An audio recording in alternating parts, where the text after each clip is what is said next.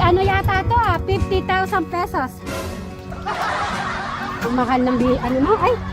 Pag ginagamit yung dryer ko eh. Ha? Pag ginagamit yung dryer.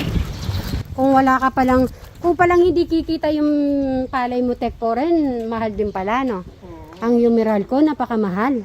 40,000 nga eh. Oh, mabot po ng ano, mabot ng 50 mil pala yung Meralco mo. Wala bang discount yan? Siyempre, pag malaki, dapat may discount, di ba? Ano na naman yung siwakwak, meron na namang sinasabing kasinungalingan. Ay, eto nga, kaya nga ano, Nagpunta raw sila dito, wala daw tao sumipot. yun nga hindi ko maintindihan. Bakit nila, Galing ka kasinungalingan mong yung wakwak ha? Diyos ko. napanood ko nga yung live ni June. Tapos may nababasa akong message, tayo daw ang, ayan, sila daw ang hindi sumipot. Mga wakwak talaga. Ay, te, saan kaya nanggagaling? Hindi, ang ano ko, saan kaya nanggagaling yung hindi sumipot? Pero sila pala ang hindi sumipot. Ano kaya yung Wala naman dumating. Sila lang naman yan. Kailangan din, hindi naman si Dave kasi nagsasalita eh. Sila lang naman, gusto lang nila niyan. Pinuprovoke na naman tayo, gusto magsalita. Kasi nga, nagkaka-abuse yung mga content nila. Pag nagsalita ka, ba't matuwa sila? Gusto din naman nila ng vlog. Pero ewan ko ba, kailangan mo ba sagutin? dapat ano na? Kaya lang naman ng mga viewers, mga wakwak lang naman yung sasalita na yan. Ang problema, nasisira. Nasisira naman si Tekram. Na, syempre, yung ibang naniniwala sa kanila, ay, yung family Manalastas pala. Lang yung mga, lahat naman nagsasama-sama na yung mga sinungaling eh. Tingnan mo yung nabuhay yung Rex na yan. Yung sinabi niya, hindi siya kumita kay Dave. Eh di ba mismo ang boss niya nang sabi? Walos kalating milyon kinita niya kay Dave. Oh. Sino yung papaniwalaan mo? Yung mga sinungaling na yan? Kesa doon sa nagsasabi ng totoo? Kaya nagsama-sama yung mga sinungaling na yan. Pinapano naman natin yung kasinungalingan nila? Ba't pinapaniwalaan pa? Ano? Yung linalbas naman natin yung katotohanan. Pero pagpunta sila dito, di sila mag-imbestiga para malaman nila kung talagang ano trato dyan.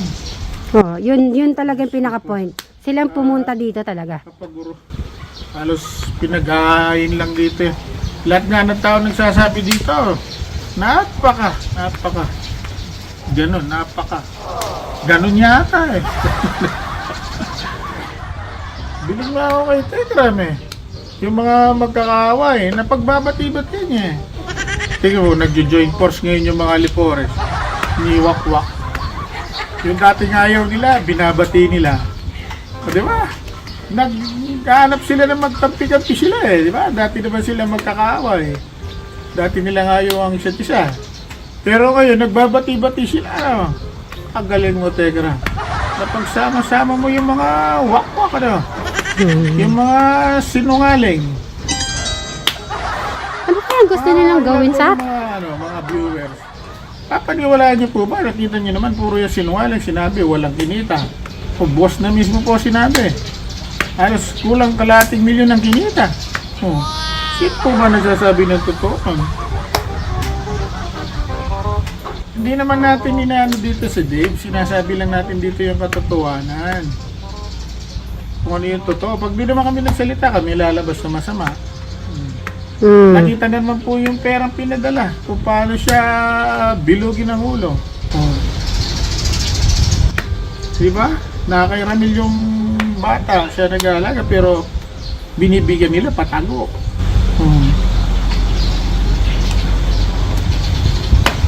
Sabi nila, nagpunta sa barangay, may DSWD, may police. Ala naman kapatid, hindi dumiretso na sila dito sa bayans. Kalapit lang namin dito, sa barangay. O, walking distance lang. Tsaka kung may dumating dito, siguro tatawagan si Tatang. Hindi naman iba sa amin dyan. Kilala po si Tatang. Siyempre si Tatang naging barangay din po dito. Barangay captain. Pinapa-vlog ko doon sa barangay. I-vlog mo ako sa barangay. Isupalpal mo ako doon sa mga wakwak na yung kasinungalingan nila. Puro na lang sila kasinungaling. Sa Sa tingin mo ko, Kuya Poren, bakit gusto nilang sirain si Ramil? Sa mga, niya, sa kanyang Kasi ginagawa. Si Ramil, hindi naman siya mawawalan yung mga tinutulungan niya. Ano na yan passion na ni Ramil yan. Talaga. Yung sa mga walk-walk na yan. Ano ba yung ano yung pagkaintindi niyo sa wak-wak, Madam Sharon? Ano ko lang yan, nabasa ko lang yan eh. Ikaw? Yan, yung Kalingap. Yung si Kalingap. May vlog yan. Ano yung doon? So, Tek Pora, doon mo nalaman yung wak-wak. Nababasa ko lang yung walk-walk. Ako din nakita ko ano yung wak-wak. Walk-walk daw yun kaya sinabi. Yan yung di ba yung may binablog yung si Kalingap? Hmm. Yung meron din kasi silang ganyan, pero hindi ganyan kamukha nung kay Dave. So, ang tinawag nila doon, wak-wak. Wak-wak. Parang, anong meaning? Anong nun? Ano yung... Yun ang pagkakaintindi ko. Parang talaga wak-wak. Pero kamo yung trato, halos parang sila na nga may-ari ng bahay dito. Sabi nila maganda ba taalis? Kasi di nila magawa yung gusto nilang gawin na ganyan.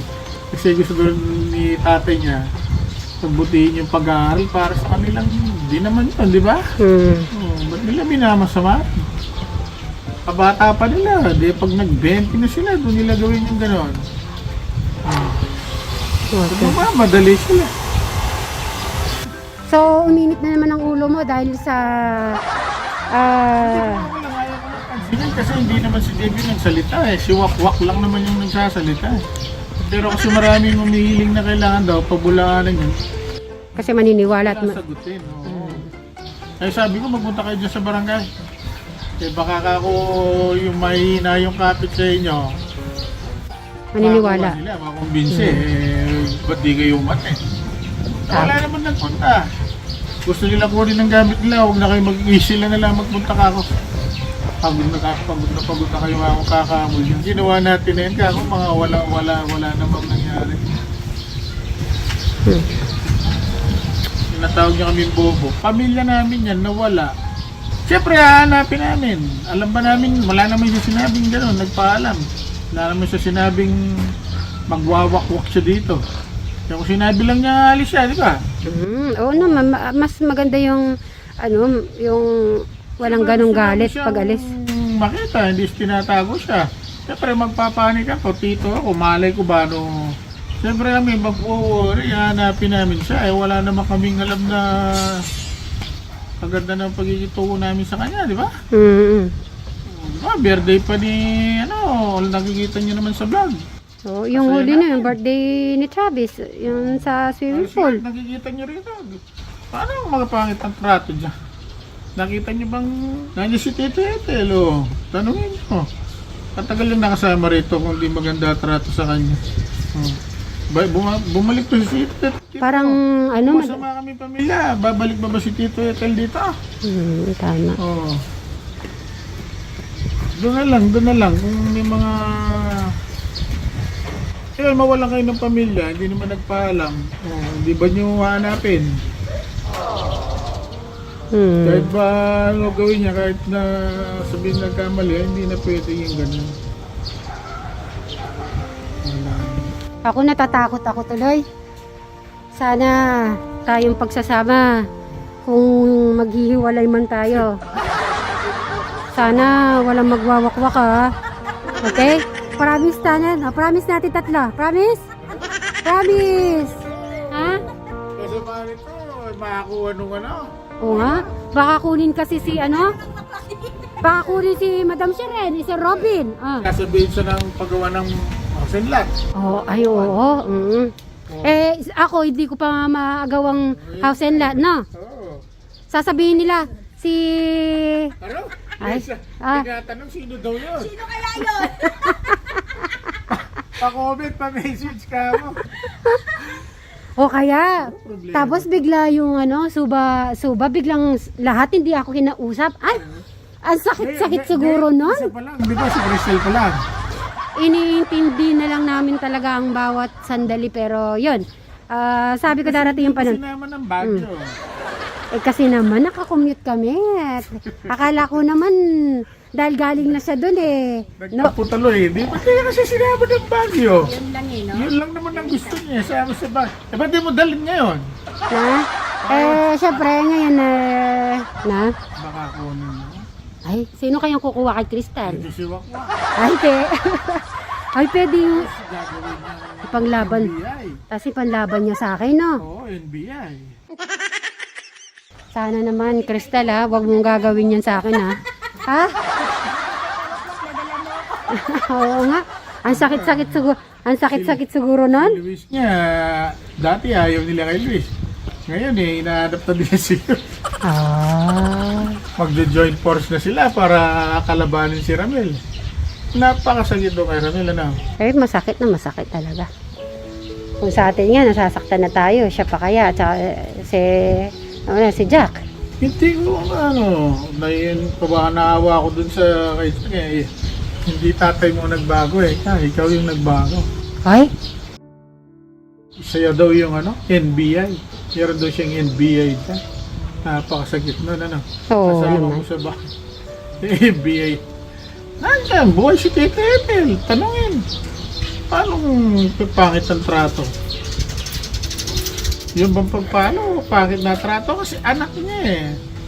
Mas masama kung hindi man niya yan, di ba? Hindi man niya dinisiplina. Parang halalang, gano'n. Ganun ba kaya gusto nila mangyari? At saka huwag pinagpapaniwalaan yung tinitrigger ka lang nung wakwak na yun. Oo, ayaw mo pinapanood yun eh. Kasi gusto nila yun. Talagang gusto niya talagang masaktan tatay niya,